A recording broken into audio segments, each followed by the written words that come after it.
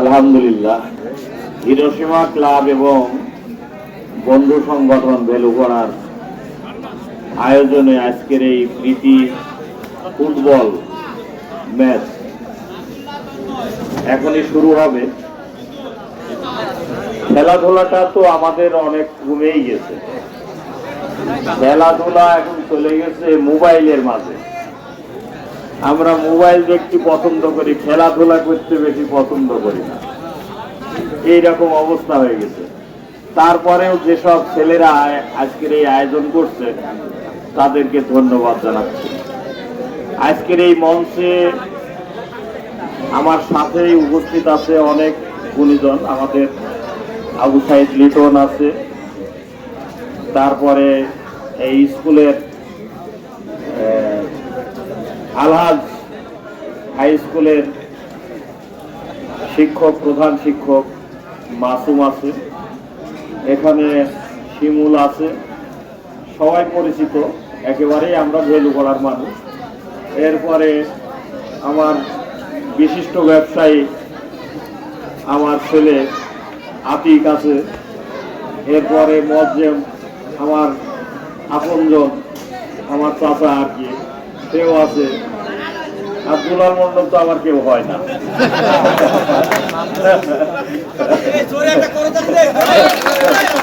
দুলাল আমার কেউ হয় না, ওর কথা নাই বললাম।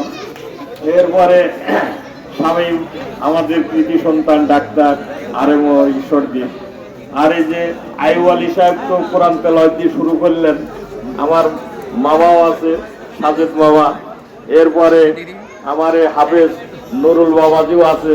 সকলকেই আন্তরিকভাবে ধন্যবাদ। বিশেষ করে যারা আজকে আয়োজন করছে তাদেরকে ধন্যবাদ জানাচ্ছি। আমি যে কথা শুরুতেই বলেছিলাম, খেলাধুলা তো নাই বলা চলে। একটা খেলোয়াড় কিন্তু একটা দেশকে পরিচিত করায়। আমি কথা বোঝাতে পারলাম না। হ্যাঁ, একটা খেলোয়াড় আফ্রিদি একটা দেশ, রোনালদো একটা দেশ, তাই না? দেশ চেনে না, কিন্তু ওই দেশের একজন খেলোয়াড়ই সারা দুনিয়াকে, তার দেশকে উজ্জ্বল করে তোলে। তা আমরা সেই ধরনের খেলোয়াড় চাই। আমরা আশা করব আজকে যারা খেলছে এইভাবে আমাদের এলাকাকে, ঈশ্বরদীকে, রাজশাহীকে পরিচিত করে তুলবে এক একজন খেলোয়াড়। আর খেলাধুলা দরকার তো এই জন্য, আরো আমরা এখন বয়স হয়ে গেছে, এখন তো আর খেলাধুলা করতে পারি না। কিন্তু ডাক্তারের কাছে যখন যাই তখন বলে যে আপনার মাজা ব্যথা, হাঁটু ব্যথা, ব্যায়াম করেন। কথা বোঝা গেছে?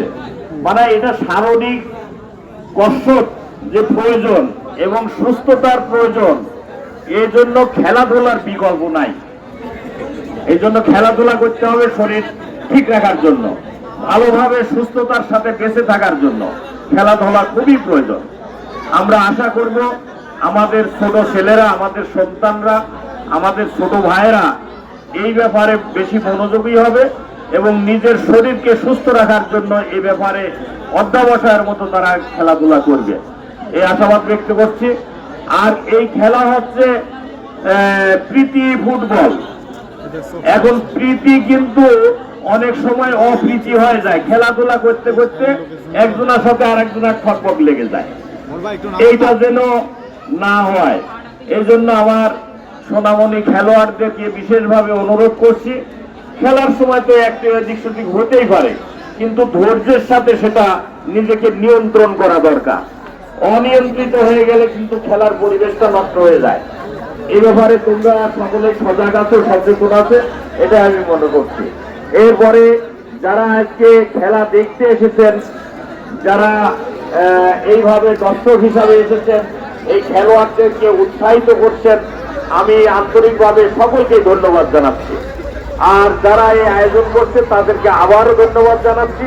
এবং যারা ওই কি আজকে হচ্ছে বাঁশের পাতা দল আর রাজশাহী দল, এই দুই দলকেও ধন্যবাদ জানাচ্ছি। সকলকে ধন্যবাদ। শুভ উদ্বোধন ঘোষণা করা হচ্ছে।